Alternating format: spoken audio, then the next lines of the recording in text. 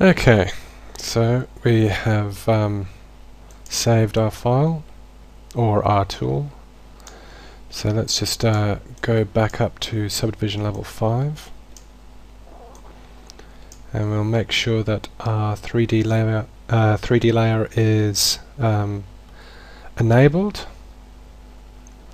And what I'm going to do here is I might just scale this up, move it into position, just sort of, yeah. I'll bring down the draw size on my brush. Actually, before I do that, yeah, I was going to add detail here, but I want to actually have more of an indentation here before I start working on this. I might work on this sort of detailed section at a higher subdivision level. So I'll go back out to a framed up view, and I'm just going to, okay, with the standard brush, if I press and hold the Alt key, you'll see a little minus sign.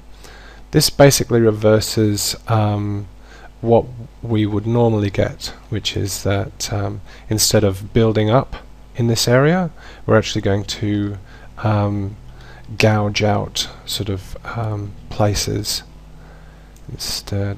You can see that if we sort of run the standard brush over that with Alt selected, then we get this sort of nice sort of grooves or indentations that are sort of pushed in. It's a lot like working with clay. Now, without having a stylus, the best way to sort of get a nice sort of gradual look is to just tap the mouse just slightly, just to get that sort of gradual gradation effect. And that looks pretty good to me. I like the nice sort of unevenness of it. It looks sort of fleshy, or like the surface of some sort of membrane or skin.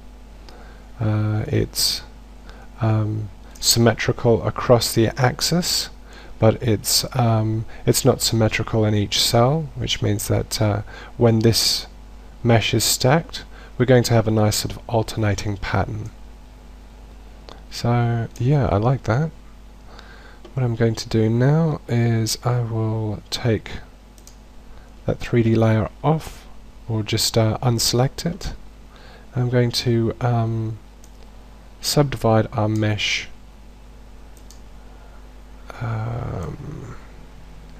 That might be enough, actually, going up to subdivision level 6 to start working. Yeah, we'll try that. Try it at subdivision level 6. So at subdivision level 6, I'm going to select a new layer. Actually, before I start sculpting at this detail level, I'll just come back in and I'm going to start renaming some of these layers, just so that I know what each one is. So I'm going to go back up to subdivision level 3, select the layer and rename it. And this I'm just going to have bony or bone ridges, and OK, and deselect that, go up to level 5, and this one I'm just going to rename as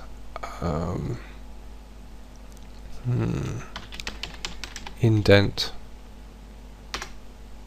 and we can always come back and rename these something better later on if we can think of something better. And last layer, I'm just going to rename this as blending detail, I'm just going to put the number 6 there, just sort of as a reminder of which subdivision level we're at.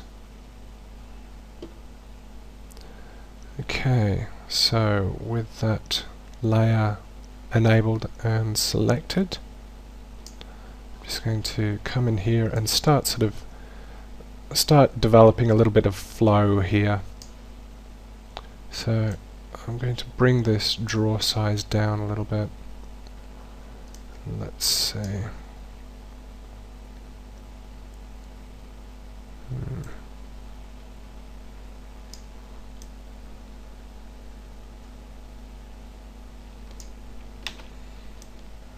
can try a lot of these sorts of different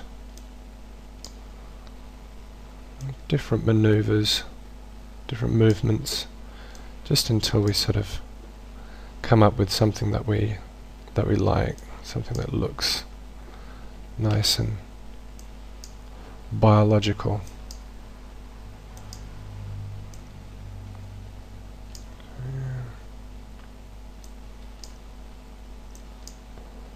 So I'm just going to have these flowing a bit more into this geometry here.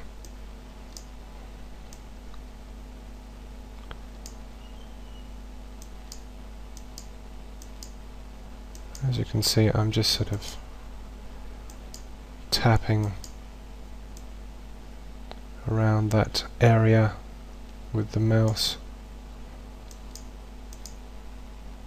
just to sort of give it a more gradual effect. And you can already see that we're starting to get a nice sort of biological look to our mesh. And just going to have a look down here.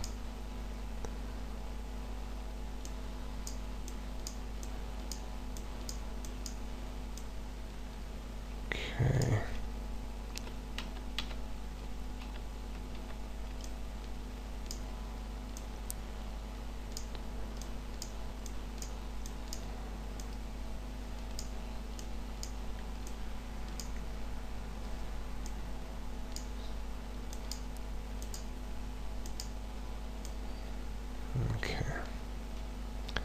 And as before, when we gouged out that little section, we can hold down Alt just to sort of make indentations a little bit more pronounced in certain areas.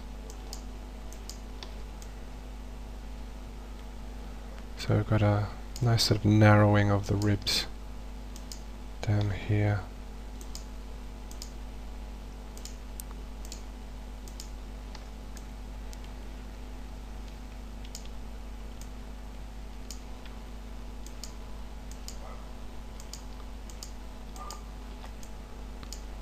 So yeah.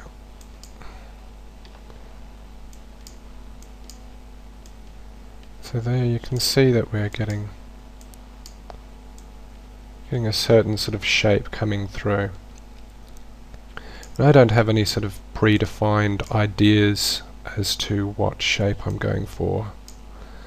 I'm just sort of more or less going with the flow. And just sort of seeing what sort of shapes come out of the mesh. You'll see there that we sort of had a little bit of a bump come up on our flat side there.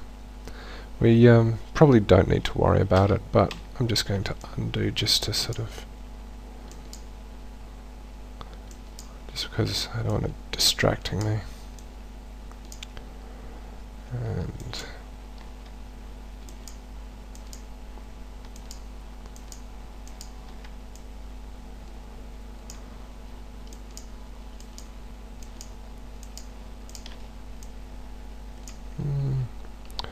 not a big fan of that one.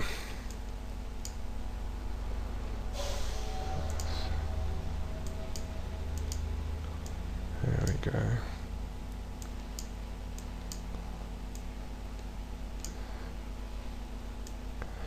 Okay.